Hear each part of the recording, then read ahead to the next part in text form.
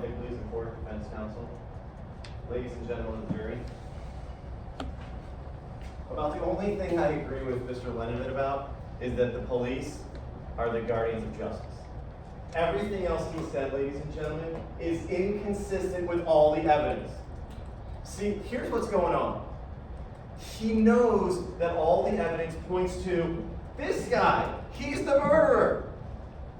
So what he's doing is, who else is Objection as to what I'm doing.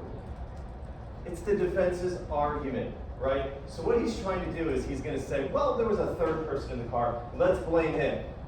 Well, that's fantastic if we're watching TV or if we're writing a fiction book, but there's no evidence to support that. Not one scintilla of evidence. Think about it. You heard the whole testimony, the whole trial. Did you hear anything implicating Mr. Humphreys?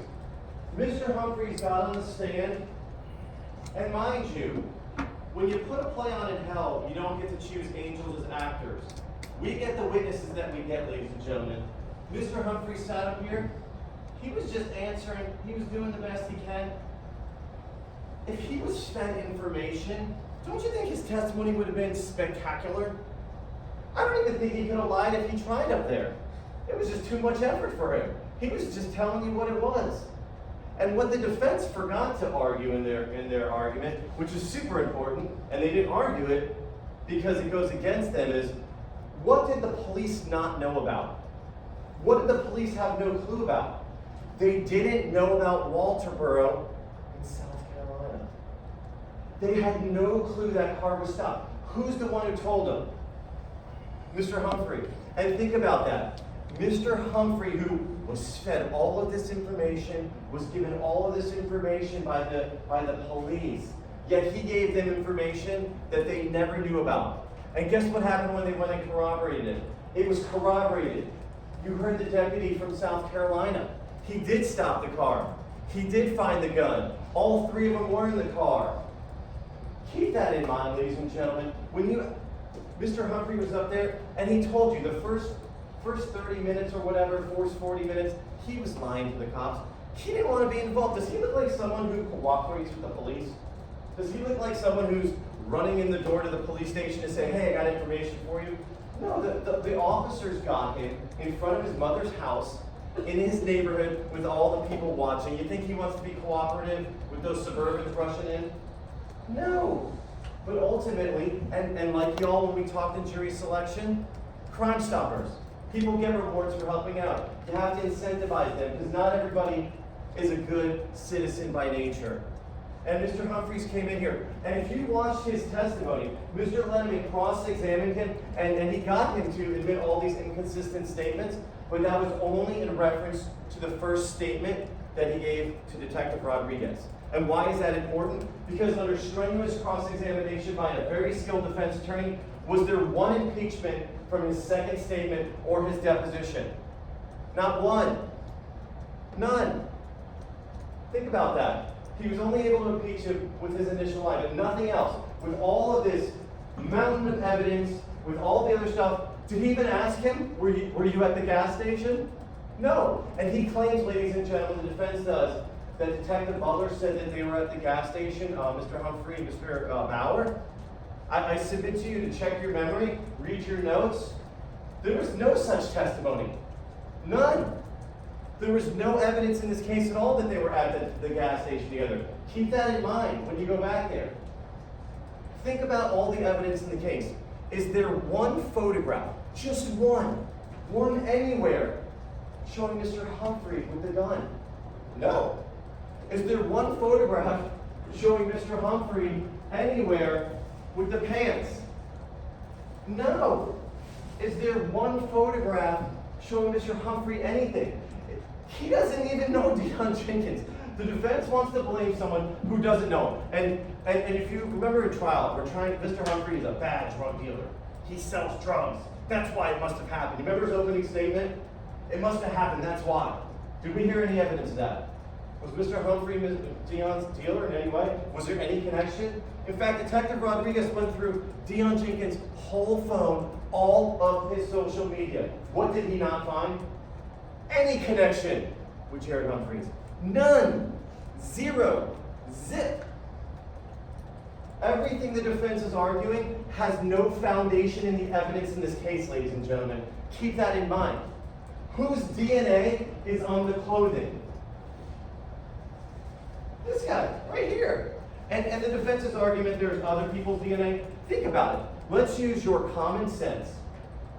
Whose DNA is going to be the strongest and the most pronounced? The person who wore it last, right? The person who had it the last time wearing it. Who was that? It's this defendant right here. And the defense wants you to say that the numbers only work with other people. What the testimony was is it's more than 700 billion that is this defendant and 3 unrelated people, right? That's what she said that are part of that mixture. So we're talking his DNA is there, unless there's another, she said sextillions or whatever, but let's just even work with 700 billion.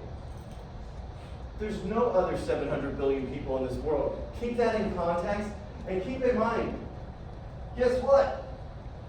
His DNA was on this too. The other thing that was paraded in the murder with the gunshot residue. Lo and behold, his DNA is on that too. Mr. Humphreys? No, his. And get who's the strongest contributor again? Think about it. Oh, him. Right there, the last guy wearing it when he murdered Deon. Keep that in mind, ladies and gentlemen, when you think about that. Think about all the facts of the case. Did Jared Humphreys, you gotta think, Detective Rodriguez testified that he did give Jared Humphreys some information. But then what did he come back and tell you? There was a lot of stuff that we didn't know. For example, the defense argues that Jared Humphreys' hair will only take 1 hour. I submit to you that has no foundation. If someone's ever got dreads done before or seen them when you have a lot of them, that takes a lot longer than 1 hour. And we have corroboration that he was getting his hair done. It was Miss Ballou and Miss Graham both said he was getting his hair done. And let's play this out. Mr. Lenneman's explanation is Jared Humphreys is getting his hair done, and mysteriously for no reason, just a miracle, like maybe the aliens beamed it into his head, you must go kill Deon Jenkins. He jumps up, Mr. Humphreys, from his hair point, right? He jumps up, he goes and gets this defendant's gun, right? Because he's the only one who's ever pictured with the gun. And he picks up the gun, gets Darius Bauer to drive him to kill someone for no reason, for lying in wait for no reason. Does that make any sense? Oh, and then he comes back to finish his hair appointment, right? Because he has to get his hair done. Does that make any sense? Think about it, ladies and gentlemen. There's no evidence to support what the defense is saying. When they try and say, oh, well, I'll agree, he did give the gun to Scorpio. Let's talk about that. Let's talk about this for a second. Marcus Chamblin's baby. Did you see Jared Humphreys say that it was his baby in text messages? No, it's that guy's baby. He doesn't want to get rid of it. Oh, here he says, yeah, I really don't want to let it go. You're the only person I told. Is that Mr. Humphreys saying that, or Mr. Chamblin? We know it's Mr. Chamblin because it's corroborated later. Oh, let's see. Man, I've been moving. I'm coming for my baby anyway. So any argument by the defense that it's Jared Humphreys' gun, that just doesn't hold any water, ladies and gentlemen. And the defense wants you to say, oh, well, Mr. Chamblin, he's such a really good friend that he knew his other friends killed somebody, so he's going to make sure to get rid of the gun. Well, if he was that concerned about it, why didn't he just throw the gun into a river driving from here all the way up to Virginia? And I submit to you, ladies and gentlemen, after they got stopped in South Carolina, he knew the heat was coming. He knew they were going to be coming for him possibly, and he needed to get that gun put somewhere. But he loved that gun. He loved it. And he didn't want to get rid of it. So he gives it to Scorp, his buddy. And Scorp's going to hold on to it for him. Well, so Jared Humphreys, the murderer, is he mentioned anywhere? Maybe I missed that in the trial. Maybe that was another day that I wasn't here. But I forgot to see any connection between Scorpio and Mr. Humphrey. Who's pictured with the gun? Look at this smile. He's super happy. He's got his gun. He's super happy. Is that Mr. Humphreys with the gun? No. Oh, look. Happy again with the gun, right? Is that Mr. Humphrey with the gun? No. Oh, look. Him holding the gun again. Is this Mr. Humphrey? No. It's the defendant. See the common theme? Mr. Humphrey is nowhere near the gun. Oh, wait. Here's the gun again. Gun. And who's in the video hanging out with it? Defendant again. Mr. Humphreys anywhere? Nowhere. Keep that in mind, ladies and gentlemen. Oh yeah, remember? Whose car is this beating up? Remember Jared told you it's Marcus's mom's wheel for a car. His gun on his mom's wheel. And then this is the exchange. This is super important. Remember Mike Howard? So Mike Howard is the defendant's friend. Remember who Jared Humphreys told you went and bought the gun with him? Mike Howard. Mike Howard was the one who actually paid the money for it. And what does he talk about? Just thinking about what you dropped off over there. Like it ain't no good. If the defendant had nothing to do with this, why would it matter if he dropped that gun off? And then what does he say? That's my fault. It doesn't say that's Jared Humphrey's fault. It says that's my fault. His fault because he's the one who did the crime. Every piece of evidence points to it. And the defense, they glossed over. They're like, oh, the walk. It's not important. Ladies and gentlemen, this is a case that has lots of pieces that have to be put together. It's not just one piece of evidence. It's what we call a circumstantial case. And each piece of a circumstantial case inferentially pushes you to the conclusion of what happened. Let's talk about his walk. So it's important if you watch how he walks, and not just his position of his feet, but the walk. And this slows it down a little bit.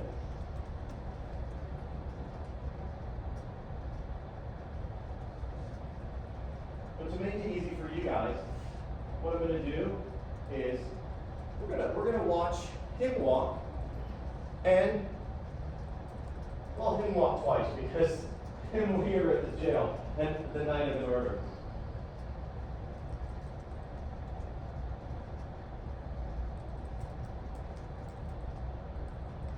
Maybe.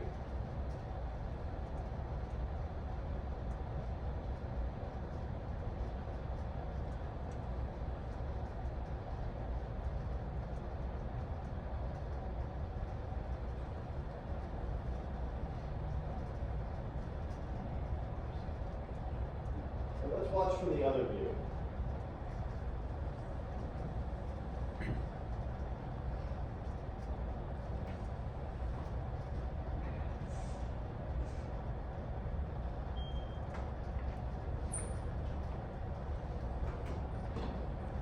It's the same walk, ladies and gentlemen. You'll see even more when we get to Joe's Pizza.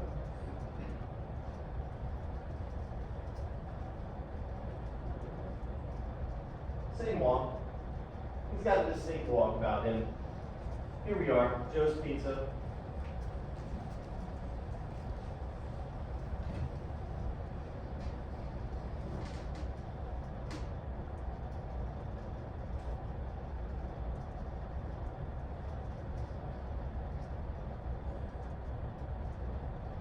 Another Joe's Pizza.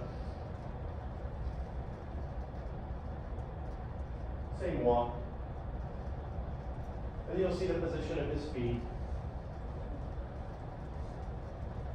Right here. See the wet spots? Wet, wet, wet, wet, wet. You watch how he walks. Consistent with it. It's like his signature. It's his fingerprint, or we'll call it his footprint. But this is just one piece for you guys, ladies and gentlemen. We're not asking you to convict him based on the way he walks. That's just not what we would be asking, ladies and gentlemen. We're asking you to look at all the evidence in this case. You heard from Jared Humphreys. How did he wear his clothes? And we got some laughs about it. He wears it below his butt. Did you see the person walking in those videos wearing it below their butt? No. And he wears large and extra large. Guess what size this is? Medium. Medium size. Not his size, right? He's bigger than the defendant. And then we went through the clothes,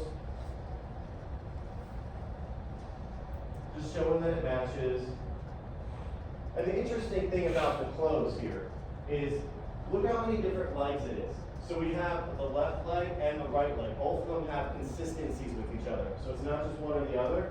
So that's our right leg. Then we have the left leg. And then the defense wants to downplay the confession. But before we get to that, well, let's talk about that first, then we'll circle back around. They want you to say that this was his mom saying he made the news tonight. Ladies and gentlemen, the night of the murder, this was all over the news. And remember, Deshaun set it in motion. Deshaun was the same kid from the same mom. And if you don't think that Deshaun called his mom and said, "You're not going to believe what happened," you're mistaken, ladies and gentlemen. And as much as Deshaun liked to play games up there, pretend he has no memory, think about how incredible that was. The whole time, and apparently I'm one of the best prosecutors in town, I can only pull one statement from him. But with that whole time up here, we heard how he did do those Facebook messages. But then, super important, last question, and I expected him, ladies and gentlemen, to just say no, based on what he'd been doing the whole time. But I asked him, isn't it true that you called Robert Murphy and told him your brother is looking for Deon Jenkins and he wants to do something to him? And he said, maybe. So he messed up. He was holding up really strong for a while, and then apparently at the end, he just forgot what he was doing the whole time. But if you don't think that his mom didn't know that night, reached on me. The defense wants you to think that reached means touched or something else. As you know, with rap lyrics or with poem lyrics, whatever, it doesn't mean exactly what's sometimes being said. This can certainly be talking about going on his family, reaching on his family. And then what does he do? I didn't think twice, I sent him to the Lord. Well, I don't think he sent him to church, do you? The Lord means killing someone. And hope they don't kick my door in tonight. Tossing and turning, thinking about hitting the road tonight. What the heck did he do that night? He hit the road. He took off. He went Flagler up north. He didn't stay around town. Just because you didn't have a lot of time to see this, slowed it down to 1/4 so you can see the shooting.